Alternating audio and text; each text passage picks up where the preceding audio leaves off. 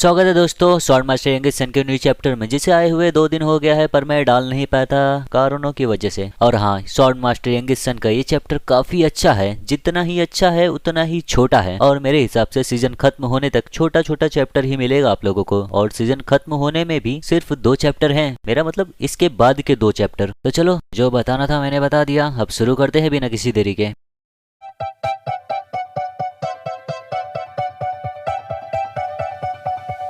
Chapter में जिन liquid बना दिया रहता है और उसे एजिंग करने के लिए रख दिया रहता है। और अब हम देखते हैं एक दूसरे जार को जो बहुत ही ज्यादा पुराना है। इस जार में जो लिक्विड है वो जिन का नहीं है, वो किसी और का है। जार के अंदर से अरोमा निकलता रहता है, जार वहीं पर रहता है। तीनों जन यहाँ से जा चुके रहते हैं। तीनों जन के जाने के बाद यहाँ पर कोई और आता है, जार के सामने आकर खड़ी हो जाती है, जार को गौर से देखती रहती है क्योंकि समय आ चुका है। और दोस्तों, ये कोई और नहीं है, ये है बैटल गॉड वैन। जार को देखने से उसे पुरानी यादें याद आती हैं और इस ज्वेल लिक्विड को बनाया है टेमर ने, जिनका प्रेडेसेसर। वैन को याद आता है पुरानी यादें, जब टेमर ने इस जार को लेकर बेलाइस से पूछा था, बेलाइस ये मून जार कहाँ से आया, ये काफी अच्छा है। बेलाइस बोलती है ये कोई निशा नहीं है, लेकिन ये एक दरार है। तुम किसी ऐसे जार को क्यों नहीं चुनते जो लिक्विड को एजिंग करने के लिए सही है। टेमर बोलता है नहीं, मुझे यही चाहिए, मुझे लगता है इसमें दरार पड़ने से फेरमेंट बेहतर होगा। और वही सामने से चलकर आती रहती है वैन, की बातें सुनती है। वैन को देखकर टेमर बोलता है, हाँ वैन, मैं इसके अंदर ज्वेल लिक्विड को रखने वाला हूँ, जब ये हो जाएगा तो चलो साथ में पिएंगे।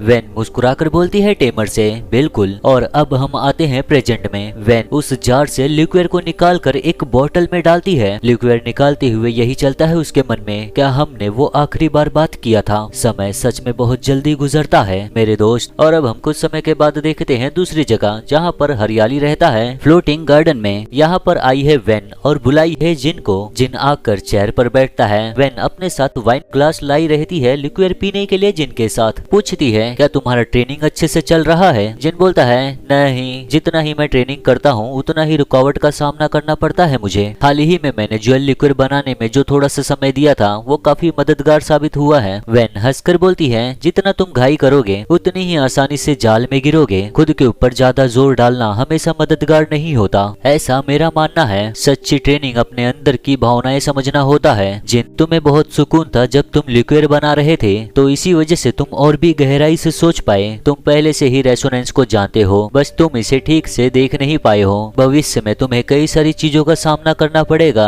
जब भी तुम ऐसा करो तो इसे नहीं भूलना। अब पियो। जिन गौर से वेन की बातें सुनता रहता है और जिनके हाथों में वही लिक्विड है जिसे टेमर ने बनाया है, मगर वो सिर्फ लिक्विड नहीं है, उसके अंदर कुछ और भी है। वेन जिन को बताती है इस ज्वेल लिक्विड को बनाया है तुम्हारे प्रेडेसेसर ने। जिन सुनकर बोलता है मेरे प्रेडेसेसर ने, सर टेमर। वेन बोलती है हाँ। वेन के इतना बोलने के बाद जिन उस लिक्विड को पीता है और उस लिक्विड का स्वाद काफी अच्छा लगता है जिन को। मुस्कुराकर बोलता है इसका स्वाद बहुत गहरा है। वेन अपनी आंखें बंद करके बोलती है हाँ, ये हजारों साल पुराना है। आंखें खोलकर बोलती है जिन से, मेरे सक्सेसर जिसके अंदर मेरा खून है, मैं तैयार हूँ मेरा सब कुछ देने के लिए तुम्हें। हालांकि इस बात को समझना और स्वीकार करना ये पूरी तरह तुम पर निर्भर करता है। मुझे विश्वास है तुम इस रुकावट को पार कर लोगे, अपने आप पर यकीन रखो। ये सब सुनकर जिन को उतना कुछ समझता ही नहीं है, बोलता है ये आप क्या बोल रही हो। जिन के इतना कहते ही जिन के ऊपर असर होना शुरू हो जाता है वेन के खून का, और उसके मिंगवांग हार्ट का रंग बदलने लगता है। उसके सीने की नसें बाहर आने लगती हैं। जिन के अंदर अचानक से एक दर्द उठता है, उसे वो बर्दाश्त नहीं कर पाता। टेबल के ऊपर हाथ रखता है, वाइन की ग्लास उसके हाथ से छूटकर टूट जाती है।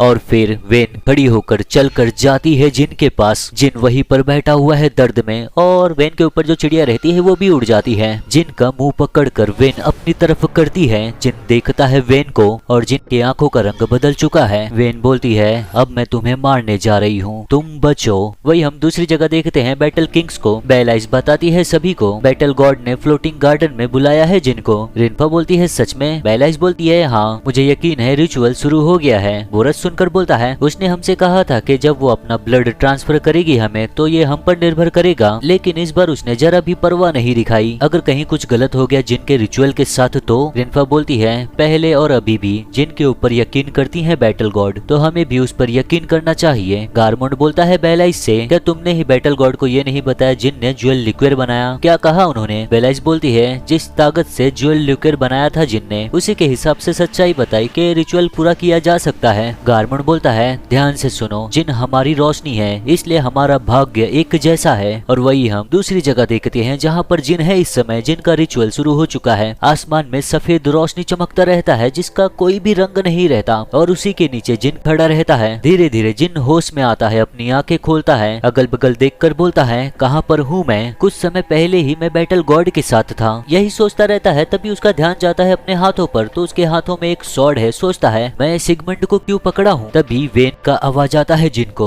मौत से बचो, और अचानक से जिनके पीछे आकर अपने हाथों से ही जिनके कंधे पर स्लैश मार देती है। जिनको कुछ एहसास होता है मगर वो पीछे नहीं देखता है बगल में, तो उसका कंधा कट चुका है। जिनको मारकर बोलती है वेन मरते हुए सोचो तुम। जिनको मार देती है। जिन मरता है उसके दूसरे ही पल में जिंदा हो जाता है। उसे कुछ समझता नहीं, आंखें खोलकर अपने हाथ को देखते हुए सोचता है मेरा हाथ, अभी क्या मुझे कुछ वहम हुआ था? वेन फिर से बोलती है अपने एबेस के गहराई को ध्यान से सुनो। जिन तुरंत ही नजरें घुमाता है पीछे देखने के लिए, मगर उसके देखने से पहले ही फिर से कट जाता है बीच से। जिन सोचता है क्या ये मुझे सच में मारने की कोशिश कर रही हैं? जिन फिर से जिंदा होता है। वेन आकर जिन को फिर से मार देती है। जिन वापस जिंदा होता है। जिन को वापस मार देती है वेन। कभी उसका हाथ काटती है, तो कभी उसका गला, तो कभी उसका कंधा, तो कभी उसे बीच से ही काट देती है। जिन बार बार मरते हुए सोचता रहता है मैं सोचने की कोशिश कर रहा हूँ कि ये सिर्फ एक भ्रम है, लेकिन इसका दर्द असली है। मैं सांस नहीं ले पा रहा हूँ। और ये रिचुअल ऐसे ही चलता रहता है। वेन लगातार जिन को मारती रहती है। जिन जिंदा होता रहता है, वेन फिर से मारती रहती है और काफी समय तक ऐसे ही चलते रहता है। जिन के खून से एक तालाब बन जाता है। बारिश होने लगती है और उस तालाब में जिन का लाश तैरता रहता है। एक नहीं कई सारी लाशें। और अब हम देख रहे हैं फ्लोटिंग गार्डन में जिन को पकड़ कर बैठी रहती है वेन। जिन को गौर से देखती रहती है और ये रिचुअल चालू रहता है। जिन लगातार मरते रहता है और जिन को जो दर्द होता है उसकी वजह से जिन की आंखों से असली में खून गिरता है। उसकी आंखों की पुतलियां गायब हो गई रहती हैं। जिन के आंखों से गिरा हुआ खून का बूंद नीचे गिरता है और वही जिन अपने एबिस की गहराइयों में डूबता चला जाता है। जिनको होश नहीं है बिल्कुल भी। जिन समझने का कोशिश कर रहा है कि उसके साथ इस समय क्या हो रहा है।